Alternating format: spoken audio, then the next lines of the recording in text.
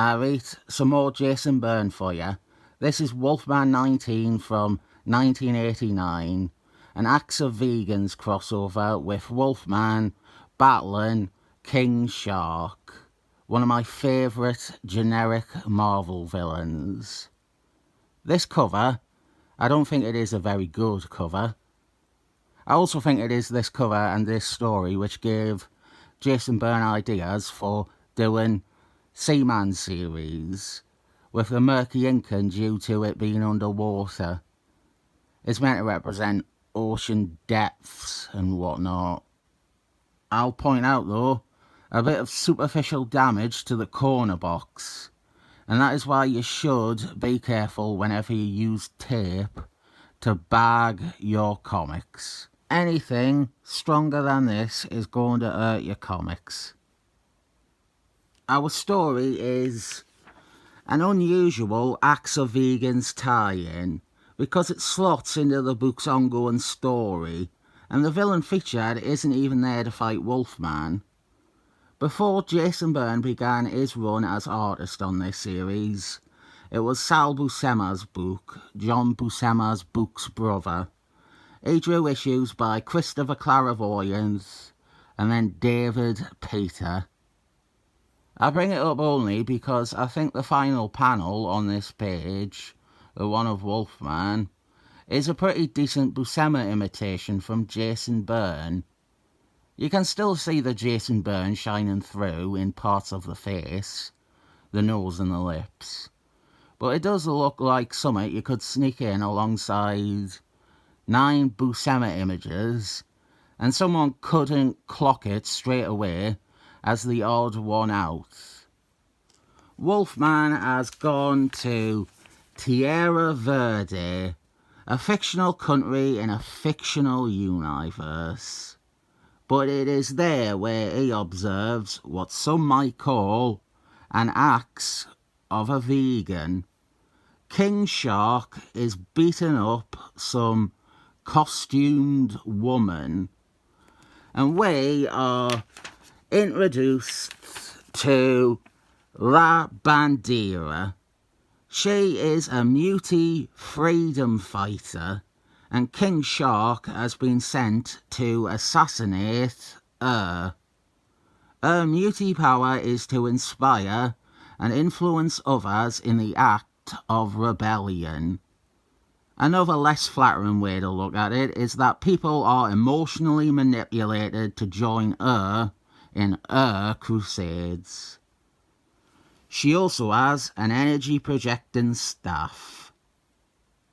She is a very lame character, and King Shark is about to waste her when Wolfman involves himself and punctures King Shark's costume, causing him to spring a leak. I don't think it works like that, mate. But it causes King Shark to flee back into the ocean. And it is here where we are properly introduced to La Bandera. This is her first appearance, but she is handed to us with backstory, as if she has appeared before, and she hasn't appeared before, and she won't appear again. She dies off panel. We find out in Marky Mark J's final issue on Captain America, a bunch of South American heroes and villains are being assassinated by Zeitgeist off panel. I should do a video about Zeitgeist. It's a weird bit of loose end continuity that Marky Mark G felt the need to resolve. She does have one other appearance in an issue of What If by Kurt Busey. It's fitting that the only person who liked La Bandera is someone like him. La Bandera is trying to overthrow the dictatorship of President Caridad. This all does continue our plot with the super cocaine. I have said before that this Wolfman series began by ripping off a bunch of shit like Casablanca and British spy shows. This here has a distinctive Bond flavour. Wolfman has it's Felix Leiter. Wolfman has an American CIA contact who fills him in on the perspective of things. That El Presidente has backing from the US. And we get some backstory on El Presidente from Felix Leiter here. Then we cut to an Acts of Vegans scene where I think the colour plates were screwed up at the printers. There's 2 pages in this issue where the characters all look sunburnt. Here is what it is meant to look like. The correct colours as featured in the digital edition of the issue. I've not looked in advance. It might just be the exact same colours. We find out that El Presidente has ties to Kingpin Man.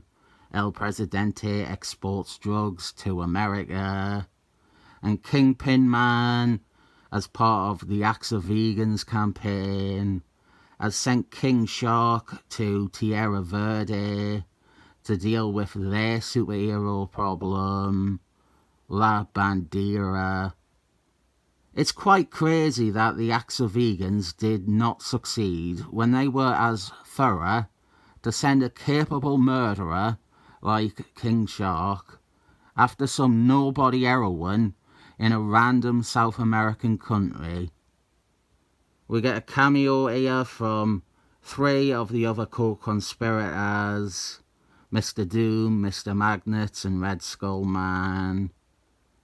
You don't need me to tell you, Acts of Vegans was a crossover where the big bads and Wingless Man were brought together by Tom Hiddleston to plot the destruction of the Avengers, Spider-Man, and all superheroes. We have a lot of the ongoing story here. I quite like this story arc. I don't know if it is a good Wolfman story.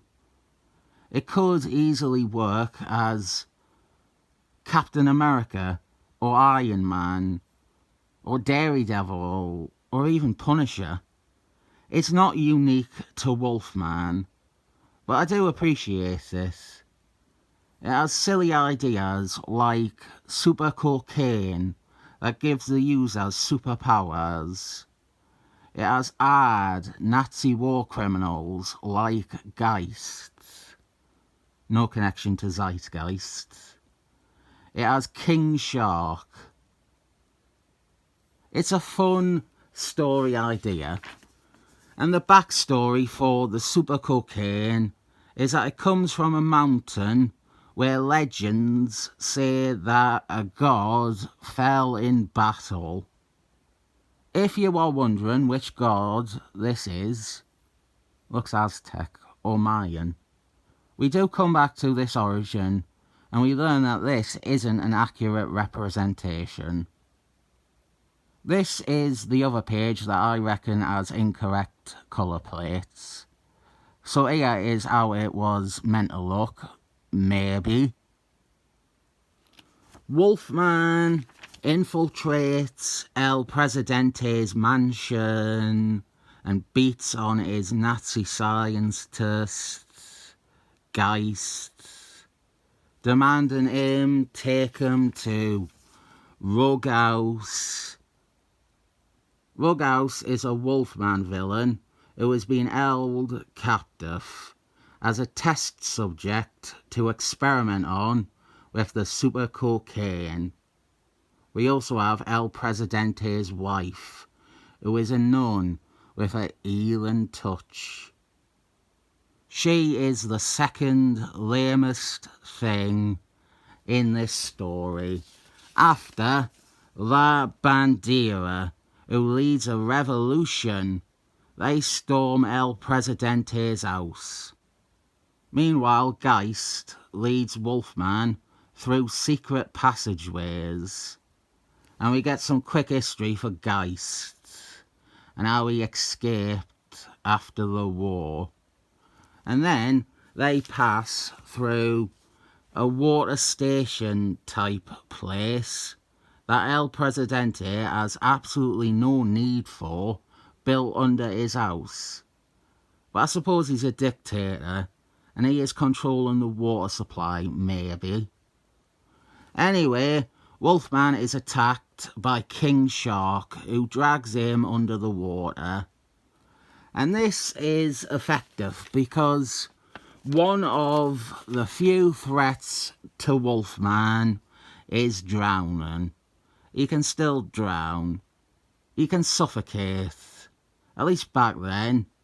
He couldn't recover from that. Continued next issue, which personally, I think the two issues should have swapped their covers around. I don't mind this. We have got a fun axe of vegans fighting there, and some wacky ideas. But La Bandera sucks balls. This is a solid run with ridiculous stories, and I respect it for that alone. I'll 7 thumbs up this.